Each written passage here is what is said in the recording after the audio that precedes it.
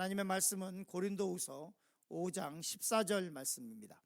다 같이 고린도후서 5장 14절 말씀을 봉독하겠습니다. 그리스도의 사랑이 우리를 강권하시는도다. 우리가 생각건대 한 사람이 모든 사람을 대신하여 죽었은즉 모든 사람이 죽은 것이라. 아멘. 고린도후서에는 계속해서 이 구원에 대한 진리를 말씀하고 있습니다. 특별히 고린도후서 5장 14절에는 예수님의 십자가의 죽으심에 대해서 아주 명쾌하게 말씀하고 있죠. 그리스도의 사랑이 우리를 강권하시는도다. 뒤에서 말씀을 좀 보려고 하는데, 이 강권하신다라고 하는 말의 뜻이 무엇인지 다시 우리가 봤으면 좋겠습니다. 우리가 생각하건대 한 사람이 모든 사람을 대신하여 죽었은즉 모든 사람이 죽은 것이다. 그 예수님의 죽으심이 모든 사람이 죽은 것이다 라고 아예 그냥 선포하고 있습니다. 예수 그리스도로 인해서, 죄로 인해서 마땅히 우리가 죽어야 하지만 그의 죽으심으로 인해서 모든 사람이 죽은 것이다 라고 말씀하고 있습니다. 이 사건이 어떤 개인, 다른 평범한 사람이나 동물을 가지고는 이루어질 수 없는 것입니다. 하나님의 아들이 죽어야 되는 이유가 여기에 있는 것입니다. 한 사람이 모든 사람을 대신하여 죽었은즉 모든 사람이 죽은 것이다. 예수 그리스도 한 분이 돌아가심으로 말미암아 모든 사람의 죄를 짊어지고 죽었다고 말씀하고 있는데, 이 사건은 하나님의 아들이면 이것을 감당할 수 없는 것임을 고린도후서 5장 14절은 말씀하고 있는 것입니다. 첫 번째, 우리 오늘 말씀의 제목은 사랑의 강권에 대해서 말씀을 나누려고 합니다. 첫 번째 소재는 장막의 집에 대해서 말씀을 나눕니다. 고린도후서 5장 1절 전반부와 2절의 말씀 우리 같이 읽겠습니다. 만일 땅에 있는 우리의 장막집이 무너지면 과연 우리가 여기 있어 탄식하며 하늘로부터 오는 우리 처소를 덧입기를 간절히 사모하노니 라고 말씀하고 있습니다. 고린도 우리가 후서 오늘 5장 말씀을 가지고 새벽에 나누고 있는데요. 뭐라고 말씀하고 있냐면 만일 땅에 있는 우리 장막집이 무너지면 이렇게 말씀하고 있습니다. 그러면 이 장막집이 무엇이냐? 성경을 읽으시면 잘 아시겠지만 이 장막집은 이 우리의 육체에 대해서 말씀을 하고 있는 것입니다.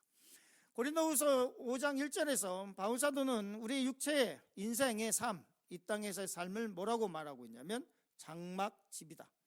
그러면 이 장막집이라고 말씀을 하면서 두 가지를 생각할 수 있습니다. 하나는 장막집에 대한 것을 얘기할 수 있고, 무너진다라고 하는 말씀에 대해서 나는 생각해 볼 수 있습니다. 원어적인 의미는 이 장막집이라고 하는 것은 텐트를 얘기합니다. 텐트, 그러니까 템포러리 집이에요.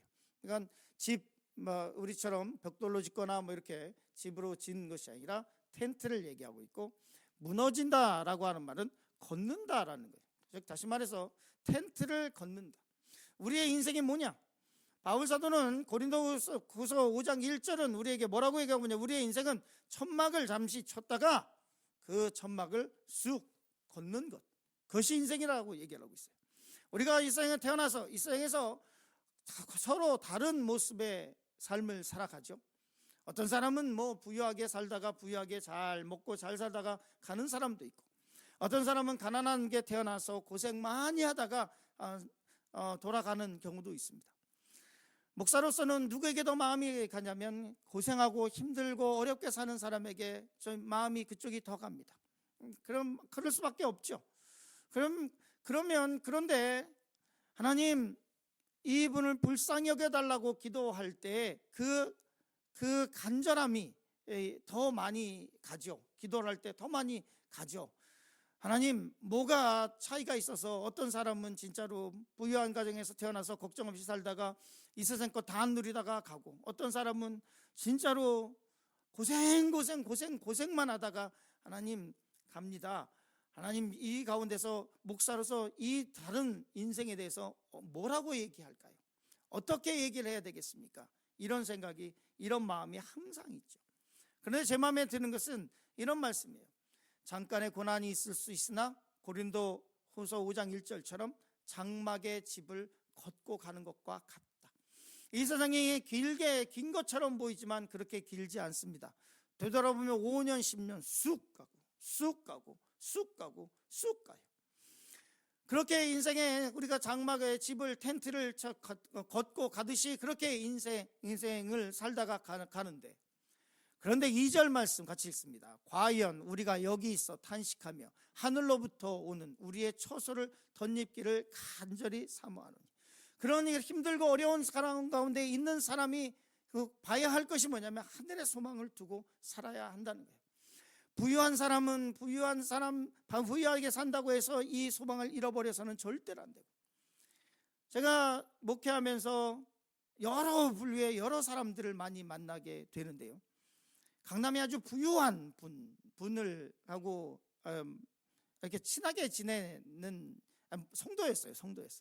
이 성도님은 그냥 은행에서의 돈을 집 살 때도 몰개지로 절대 안 사요. 왜냐하면 이자가 아깝다고 해가지고 그냥 60억짜리 집도 그냥 현찰로 그냥 툭 사시는 분이에요. 이분이 툭 얘기하시는데 뭐라고 얘기를 하시냐면, 목사님, 예수님이 늦게 왔으면 좋겠습니다. 세상에 너무 좋다는 거예요. 즐길 게 많고 먹을 거 많고, 굴 하나에 25달러짜리 드시는 굴 하나가 25달러짜리. 저도 한 번은 먹어봤습니다. 그분 때문에. 매일은 아니고 한 번 먹어봤어요. 이게 굴 한 개의 쪼가리가 25달러짜리를 제가 먹어봤어요. 이 세상에 이제 하늘 예수님이 늦게 오셨으면 좋겠다고 말씀하시는 거예요. 제가 그분에게 뭐라고 얘기했냐면, 큰일 날 소리 하고 계시네요 이랬어요. 큰일 날 소리 하고 계시네. 우리의 소망은 부유하든 가난하든 상관없이 어디에 소망을 둬야 되냐면 하늘나라를 소망 두고 살아야 돼요. 하늘로부터 우리는 처소를 덧입기를 간절히 사모하노라 라고 고린도후서에서 사도 바울이 이야기하고 있어요. 그것이 우리에게 전해주는 복음이에요. 고린도후서 4장 11절 말씀 우리 같이 읽었으면 좋겠습니다. 우리가 담대하여 원하는 바는 차라리 몸을 떠나 주와 함께 거하는 그것이라. 이 말씀이 쑥 지나갈 수 있는데 쑥 지나갈 수 없는 본문의 말씀입니다. 바울 사도는 그가 여기서 고백하는 것처럼 이렇게 얘기하고 있습니다. 우리가 담대히 원하는 바는 차라리 몸을 떠나 주와 함께 거하는 그것이다. 바울 사도는 항상 하늘을 소망하면서 언제든 나는 이 육체의 몸을 벗기 원한다 라고 고백하고 있어요. 우리가 원하는 바는, 내가 원하는 바는 차라리 이 몸을 떠나서 주와 함께 거하는 것이다. 왜냐하면 이유가 있어요. 이 말씀의 배경이 있어요. 그것은 뭐냐면 루스드라에서 바울 사도가 복음을 증거하다가 돌에 맞아서 이 유대인들, 특별히 아주 그냥 극성, 열성, 본인도 열성이었죠. 그 유대인들이 어디냐면 안디옥과 이고니온, 말씀을 읽고 설명하겠습니다. 같이 읽었으면 좋겠습니다. 유대인들이 안디옥과 이고니온에서 와서 무리를 초인하여 돌로 바울을 쳐서 죽은 줄 알고 성 밖에 끌어내치니라. 무슨 사건이냐면 유대인들이 이 바울 사도가 루스드라에 있을 때 안디옥하고 이고니온에서부터 와가지고 이 바울 사도가 복음을 증거할 때 돌을 던져서 바울 사도가 죽은 줄 알고 이 루스드라 성 바깥에다가 던졌던 사건이 있어요. 그런데 이 사건 속에서 바울 사도가 뭐라고 해석하고 있냐면 고린도후서 12장 2절 말씀 보면 같이 읽었으면 좋겠습니다. 내가 그리스도 안에 있는 한 사람을 아노니 14년 전에 그가 셋째 하늘에 이끌려 간 자라. 그가 몸 안에 있었든지 몸 밖에 있었든지 나는 모르거니와 하나님을 아시느니라. 고린도후서를 기록할 때 그 시점을 알잖아요. 14년 전에 있었던 사건이잖아요. 그러면 그 14년 전 사건이 어떤 거냐면 이 루스드라의 사건이에요. 그가 얼마나 겸손하게 얘기하고 있냐면 내가 하늘나라를 갔다 왔다 막 이렇게 얘기하는 것이 아니라 내가 그리스도 안에 있는 한 사람을 안다 라고 아주 겸손하게 말하면서 그 일이 14년 전에 있었는데 그 사람은 셋째 하늘에 이끌려 갔었고 그 당시에 그가 몸 안에 있었는지 몸 밖에 있었는지, 그의 영혼이 몸 안에 있었는지 몸 밖에 있었는지는 모른다. 즉 다시 말해서 바울 사도는 셋째 하늘을 경험했던 사람이에요. 그렇기 때문에 그 셋째 하늘을 경험했던 사람이기 때문에 이 육체 옷을 벗는 것이 너무 그에게 소망이에요. 그에게 소망은 뭐냐면 자기가 이 옷을 입고 있는 이유는 내가 한 사람이라도 더 예수 그리스도의 복음을 증거하기 위한 것이지, 그는 언제나 나는 차라리 몸을 떠나 주와 함께 거하고 싶다. 진짜로 그러죠. 많은 그리스도인들이 그렇게 생각합니다. 주님, 저 언제든 데려가 주십시오. 젊은 사람들 아이들이 줄줄이 딸려 있으면 하나님, 제가 주님 앞에 언제든 가고 싶은데요, 이 아이들에 대한 책임을 다하고 갔으면 좋겠습니다 라고 하는 소망을 가지고 그리스도인 살아가죠. 내가 하나 죽는 거에 대해서 두려워하는 사람도 있으나 저는 두려워하지 않습니다. 저는 두려워하지 않아요. 바울의 이 심령에 대해서 저는 하나님 언제든지, 단 제가 걱정하는 것이 하나 있다면, 하나님 그랬을 때 우리 아이들이 아직 이렇게 쫄망쫄망한데요, 얘네들은 어떨까요? 제가 뭐 큰 거를 해주지는 않지만 그래도 얘네들이 조금은 크면 안 될까요? 더 오래 살고 싶어서 그런 것이 아니라, 바울 사도는 이렇게 말하고 있어요. 우리는 언제든 주님, 우리가 원하는 바는 차라리 이 몸을 떠나서 주와 함께 있기로 합니다. 특별히 그는 삼층천을 받기 때문에 그래요. 언제든 그는 죽을 준비가 돼 있고 육체의 장막을 벗는 것을 더 원한 삶을 살았어요. 잘 살든 못 살든 상관없이 우리는 하늘의 소망을 두고 살아야만 합니다. 그것이 그리스도인의 삶이에요. 빌립보서 3장 9절은 이것을 이렇게 말씀하고 있어요. 같이 읽겠습니다. 그 안에서 발견되려 함이니 내가 가진 의의는 율법에서 난 것이 아니요 오직 그리스도를 믿음으로 말미암는 것이니 곧 믿음으로 하나님께로서 난 의라. 바울 사도가 그렇게 원했던 것, 그리스도 안에서 발견되는 것. 내가 어디서 발견돼야 할까? 내가 어디서 발견돼야 될까?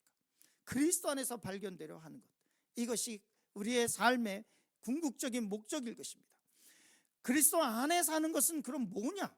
빌립보서 3장 10절 11절 같이 있습니다. 내가 그리스도와 그 부활의 권능과 그 고난에 참여함을 알려하여 그의 죽으심을 본받아 어찌하든지 죽은 자 가운데서 부활에 이르려 하노라. 이렇게 말씀하고 있습니다. 그리스도 안에 사는 것은 무엇이냐? 그리스도의 부활의 권능과 그의 고난에 참여하는 삶이라고 말씀하고 있어요. 예수 그리스도의 부활의 권능, 그 권능 안에 살고, 어떤 환경 속에서도 기독교의 소망은 세상의 소망과 다르다고 수없이 제가 말씀을 전하고 있고 설교하고 있잖아요. 세상의 소망은 보이는 것을 바라보는 거예요. 어떤 사람이 성공했다 그러면 나도 저 사람과 같이 되고 싶다, 눈에 보이는 거. 어떤 사람이 뭐 물질이 이만큼 있다, 그럼 나도 저런 사람. 그러나 기독교의 그리스도인의 소망은 무덤 앞에서 부활을 얘기하는 거예요. 다 죽어버린 그 무덤 앞에서 부활을 소망하는 것이 그리스도인의 소망이에요. 그 부활의 권능과, 그리고 또 거기서 끝나는 것이 아니라 그리스도의 고난에 참여하는 것, 그것이 그리스도 안에 엔 크리스토, 헬라어로 얘기하면 엔 크리스토, 인 크라이스트의 삶이라고 성경은 말씀하고 있어요. 두 번째 짧게 말씀을 나누려고 하는 것은 주님을 기쁘시게 하는 자에 대해서 말씀을 나누려고 합니다. 고린도후서 5장 9절 말씀, 이렇게 말씀합니다. 같이 읽었으면 좋겠습니다. 그런즉 우리는 거하든지 떠나든지 주를 기쁘시게 하는 자가 되기 힘쓰노라. 이 말씀이 우리 현대의 성도들이 깊이 묵상해야 될 말씀이에요.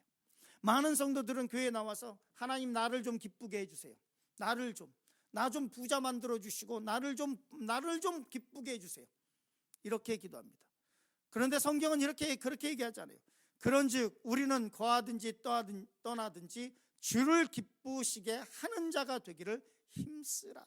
우리 같이 그 헬라어 읽어보겠습니다. 필로티무메다라는 것인데 한글 성경 힘쓰다, 힘쓰노라라고 말씀하고 있는데요. 이 필레오라고 하는 말씀은 잘 아는 거 아시죠? 우리 헬라어는 이 사랑에 대해서 세 가지로 나눠서 얘기하죠. 하나는 아가페, 그리고 또 남녀간의 육체적인 사랑을 얘기하는 흔한 에로스라고 하는 것, 그 다음에 필레오, 우리가 얘기하는 사랑, 뭐 친구 간에 아니면 뭐 우정, 다른 말로 표현할 수 없으니까 사랑이라고 하는 단어입니다. 즉 다시 말해서 이 말씀, 본문의 말씀 뭐냐면 우리는 거하든지 떠나든지 주를 기쁘시게 하는 일을 사랑하라, 열망하라라는 뜻이에요. 우리의 신앙의 궁극적인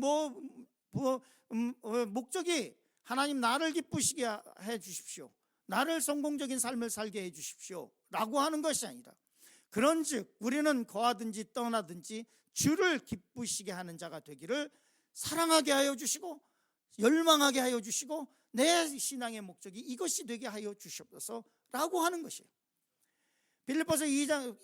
빌립보서에 보면 같이 2장 20절까지 할 텐데요. 같이 읽겠습니다. 나의 간절한 기대와 소망을 따라 아무 일에든지 부끄럽지 아니하고 오직 전과 같이 어제도 온전히 담대하여 살든지 죽든지 내 몸에서 그리스도가 존귀하게 되려 하나니. 그리스도의 흔적이 우리 가운데 있습니까?